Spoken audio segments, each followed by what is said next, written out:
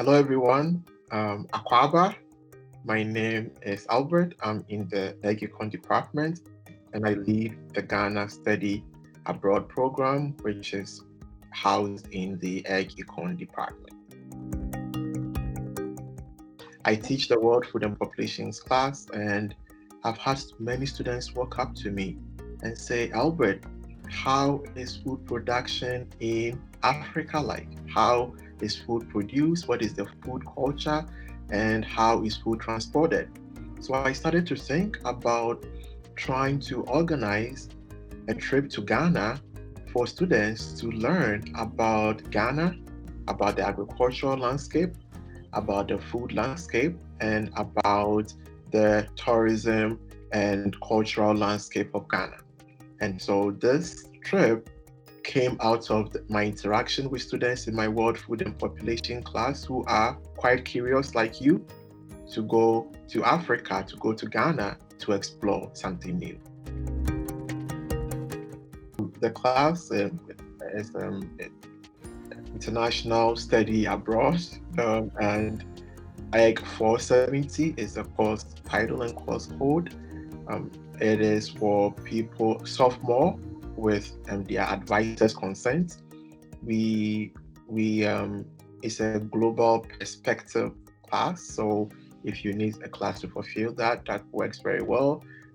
All you need is to have your advisor's consent, like I said before, and also be in your sophomore year or beyond. So technically, these are some of the requirements for the class, the main requirements for the class. Before we leave, we have a number of classes. We typically meet after school, so in the evening from about 5:30 to 7 in the weeks prior to our trip. We will learn about Ghana. We'll learn about the economics of food production. We'll learn some of the cultural and norms in Ghana just to prepare us for the trip. And then we'll also start creating some form of a diary where you record your expectations before the trip.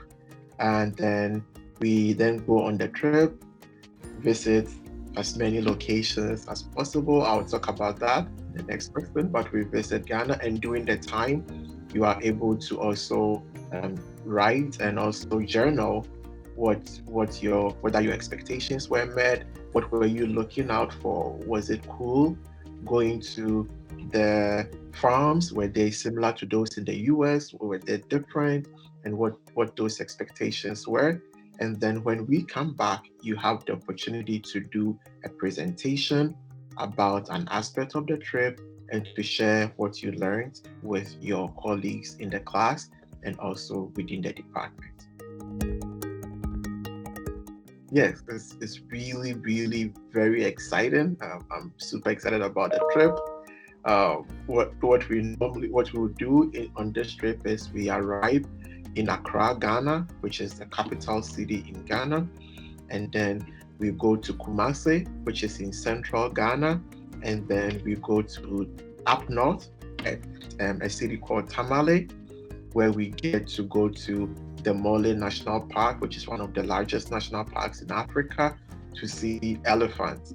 And so, depending on where we are, we will normally have breakfast. And part of the planning is that we'll stay at places where they have bed and breakfast so that we save ourselves the expense of having to buy food in the morning. So normally you would have that. And then after that, we'll have a short meeting to discuss the plan for the day, and then we'll start the daily activity. When we come back, we'll have a short debrief section, we'll have a meal together, and then we'll go rest for the next day. Apart from breakfast, you would be responsible for buying your own meals for the day, but we always ensure that we have those meals together just to help with the group bonding and to also learn. And then we'll get to meet local people, we get to meet farmers, we get to meet agricultural people, just to have more of an intimate interaction with them.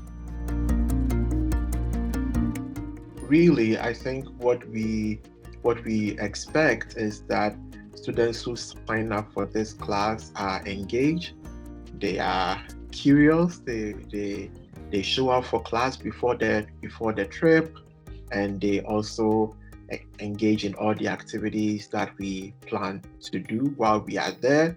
And also, we want to sort of create a good community. So there's a lot of group work, and the expectation is that you learn with others, but being actively involved, showing up for class, and taking part in the activities is our expectations for the trip. I would highly, highly encourage you to come on this trip. Really amazing. In Ghana, we have a very popular phrase, which is Akwaba, which means welcome.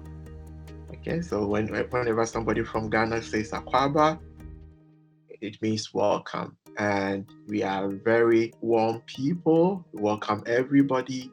The basic greeting I can teach you is to say Etisain, which means how are you? Okay, so Etisain, and then the person will say Eye, which means I'm good. I spent most of my childhood in Ghana. I really enjoyed fufu, which is pounded yam or cassava with peanut butter chicken soup. Really, really tasty. So I think it's always good on these trips to try. There are things you would like, there are things you don't like, but it's always good to try. But I have really, really very fun memories. One of the places that we plan to go, which I went a few years ago, is the Cape Coast Slave Castle, which is a really famous castle to learn about the history of slavery and on the west coast of Africa, and some of the stories around about that. So I think that's something to look forward to if you are interested in learning about those subjects as well, and the whole issue of diversity and social equity.